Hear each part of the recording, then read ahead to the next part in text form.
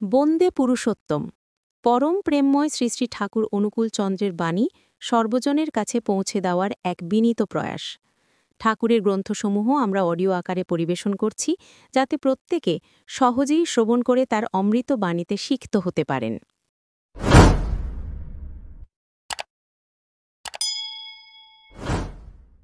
আলোচনা প্রসঙ্গে প্রথম খণ্ড, পৃষ্ঠা ৪২ থেকে ৪৬।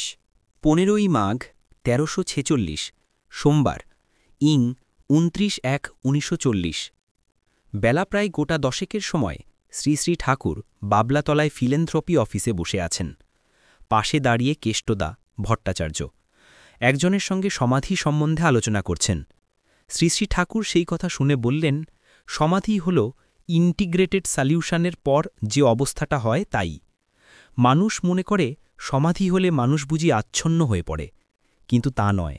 চিন্তা করতে করতে কোনো প্রশ্ন বা সমস্যার সম্পূর্ণ সমাধান হলে, অর্থাৎ সম্যক ধারণা হলে, মনে মনে যে তৃপ্তির বোধটা জাগে, যে আনন্দের আবেশটা আসে, সেই অনুভূতিটাই সমাধি। সমাধি নানা রকমভাবে হয়। প্রত্যেকটা জিনিসের বিভিন্ন ফেজ আছে তো। একটা বিষয়ের ইউনিভার্সের সবগুলি ফেজ যখন জানার মধ্যে বোধের মধ্যে ধরা দেয়, তখনই ক্ষণিক সমাধি হয়। তাই বলে সমাধিতে অনন্ত জ্ঞানের ভাণ্ডার খুলে যায়। শুধু ইন্টেলেকচুয়াল সলিউশন হলে তাকে সমাধি বলে না। উইথ সেন্সেশন, বোধে বোধ করা চাই। আর সব কিছু ইষ্টে সার্থক হওয়া চাই। সমাধির সঙ্গে সঙ্গে আসে কর্ম। যে সলিউশন পাওয়া গেল তাই তখন ওয়ার্কআউট করা হয়। আপনার কিছুই বাদ যাবে না।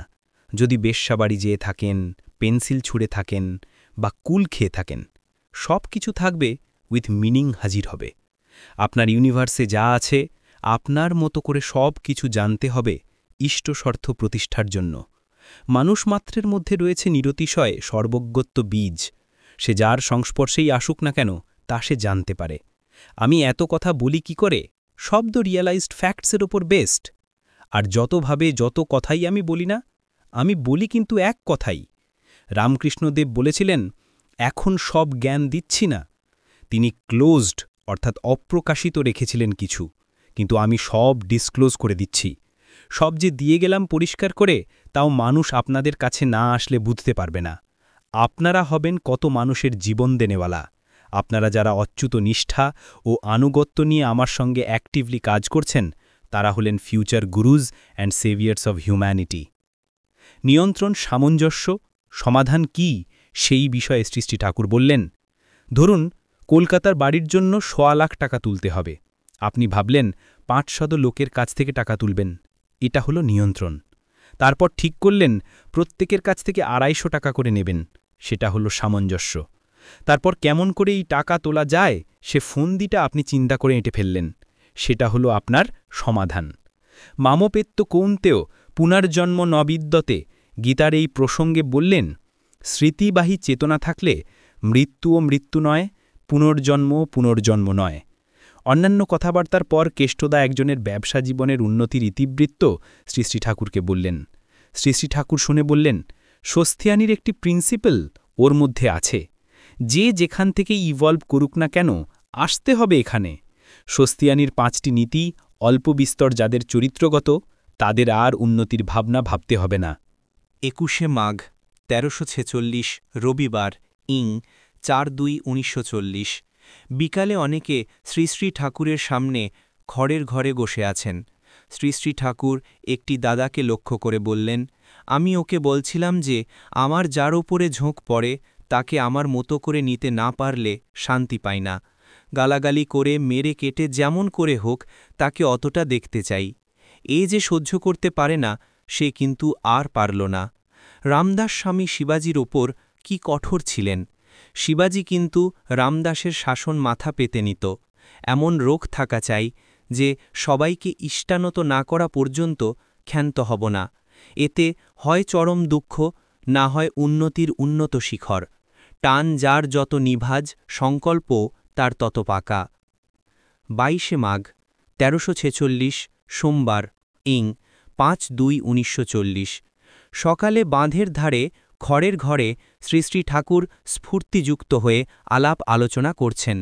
কিষ্টদা ভট্টাচার্য, রামদা বিশ্বাস, হরিপদদা সাহা, উমাপদদা বাগজি, খগেন্দা সাহা, প্রফুল্ল প্রমুখ শ্রী শ্রী ঠাকুরের ঘরে আছেন।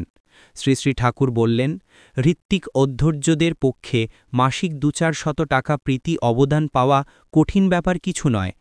এমন হবে যে ভালো লোক যত সব এই দিকে চলে আসবে, গভর্নমেন্ট চাকরির জন্য লোক কমই পাওয়া যাবে।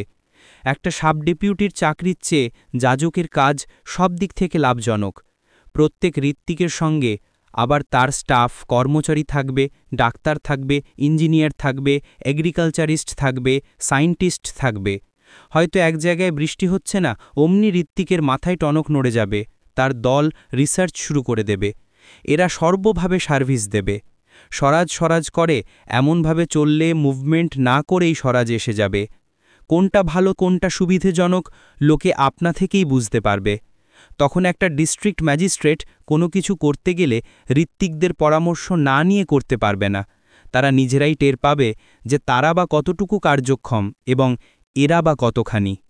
মানুষ আরও বুঝবে নিজেরা ক্ষীণ হয়ে যে মুভমেন্ট করা যায় তারই বা কী ফল আর এরই বা কী ফল। এই সোজা কথাটা অনেকে বোঝে না। তাই দেখুন আর্যপন্থাটা কী ব্যাপার। এই জন্যই যজন যাজন ইষ্টভৃত্তির কথা শাস্ত্রে অত করে বলে গেছে। ঋত্বিক অধৈর্য ও যাজকের প্রফেশনের চাইতে অনারেবল প্রফেশন আর হতে পারে না। এর প্রত্যেকটা পয়সা মানুষের বুক ভরা টানের তোড়ে দেওয়া। এ কত পবিত্র, চাকরির পয়সার সঙ্গে এর তুলনা হয় না। ইষ্ট প্রসঙ্গে শুনতে চ্যানেলটি লাইক, শেয়ার, সাবস্ক্রাইব করে অল নোটিফিকেশনে ক্লিক করে রাখুন।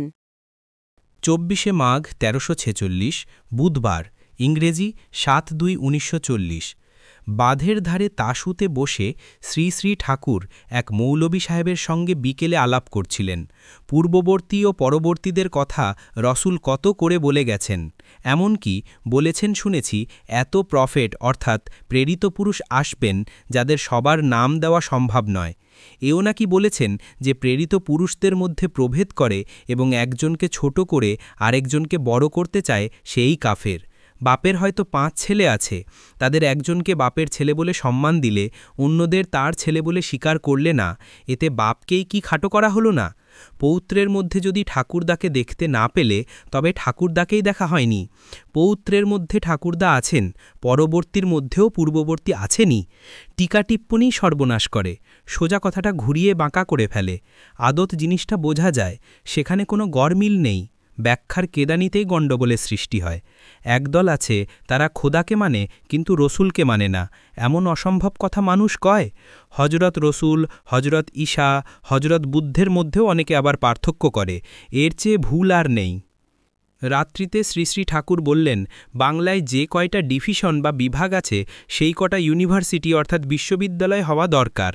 এক এক ঋষির নামে এক একটা ইউনিভার্সিটি হবে, তাদের ওয়ার্ক রিভাইভ অর্থাৎ কাজ পুনরুদ্ধার করা, সেই সম্বন্ধে রিসার্চ করা, গবেষণা করা, তাদের আইডিয়া পপুলারাইজ করা অর্থাৎ মত সাধারণের ভিতর প্রচার করা হবে তার প্রধান বৈশিষ্ট্য। অন্যান্য সব বিষয়েও পড়ানো হবে। শ্রী শ্রী ঠাকুর শুতে যাওয়ার আগে বললেন, আজ ইষ্টভৃতি সম্বন্ধে ৮-১০টা ছড়া দিয়েছি। প্রফুল্ল, আপনি যে মুভমেন্ট করতে চাচ্ছেন ইষ্টভৃতি কার একটা মস্ত ফ্যাক্টর। শ্রী শ্রী ঠাকুর, মহাভারতের সময়ও নাকি যাজন ও লোকশিক্ষার বিধিবদ্ধ ব্যবস্থা ছিল, ঋত্বিক অধৈর্যর উল্লেখ মহাভারতে পাওয়া যায় শুনেছি। প্রফুল্ল, আপনার মুভমেন্টের সঙ্গে শ্রীকৃষ্ণের মুভমেন্ট সব দিক থেকে মেলে, যেন প্যারালাল মুভমেন্ট, পলিটিক্সের কথা পর্যন্ত বাদ যায়নি। শ্রী শ্রী ঠাকুর, মেলে নাকি? আমি ইচ্ছে করে কিন্তু কিছুতে হাত দিইনি, সব ইভলভ করছে, উদ্ভিন্ন হয়েছে, কেমন করে যেন এসে পড়ছে। ১০ই আষাঢ় ১৩৪৭ সোমবার, ইং ২৪/৬/১৯৪০। কেষ্টদা এবং অন্যান্য সকলে সন্ধ্যায় শ্রী শ্রী ঠাকুরের কাছে বসে যুদ্ধের বিষয়ে আলাপ আলোচনা করছেন। শ্রী শ্রী ঠাকুর বাইরে চৌকিতে তাকিয়া ঠেস দিয়ে অর্ধশায়িত অবস্থায় আছেন। হঠাৎ শ্রী শ্রী ঠাকুর বলতে লাগলেন, যা আরম্ভ করা হয়েছে যদি প্রপাগেট বা প্রচার করার সময়টুকু পাওয়া যায়, এর মধ্যেই যদি কিছু বিপর্যয় না ঘটে, তবে এই হয়ে দাঁড়াবে দ্য ওয়ার্ল্ড রেস্কিউ, জগৎ উদ্ধারের পথ। আর এটা খুব নর্মাল, ইউটোপিয়ান কিছু নেই এতে। বেঙ্গল যদি একটা ইউনিট হয়ে দাঁড়ায়, বেঙ্গল যদি ঠিক হয়, তখন সহজেই আর সব হয়ে যাবে।